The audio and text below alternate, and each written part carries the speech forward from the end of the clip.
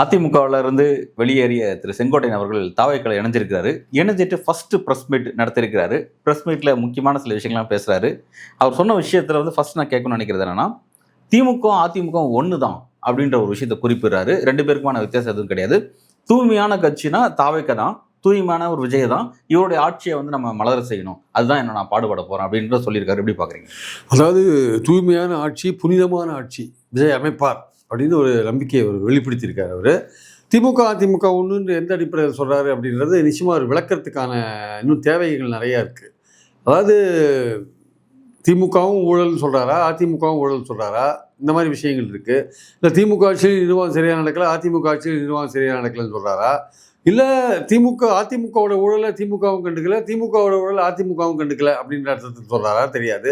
So மொத்தத்தில் திமுக அதிமுக அண்ணா பேரில் கட்சியை வச்சுட்டு கொள்கைகளை காத்துல விட்டாங்க. அவங்க அண்ணா ஆரம்பித்த கட்சியை வச்சுட்டு கொள்கைகளை காத்துல விட்டாங்க அப்படின்ற விஷயத்த சொல்கிறாரா, அதுவும் ஒரு விளக்கமாக சொல்லலை.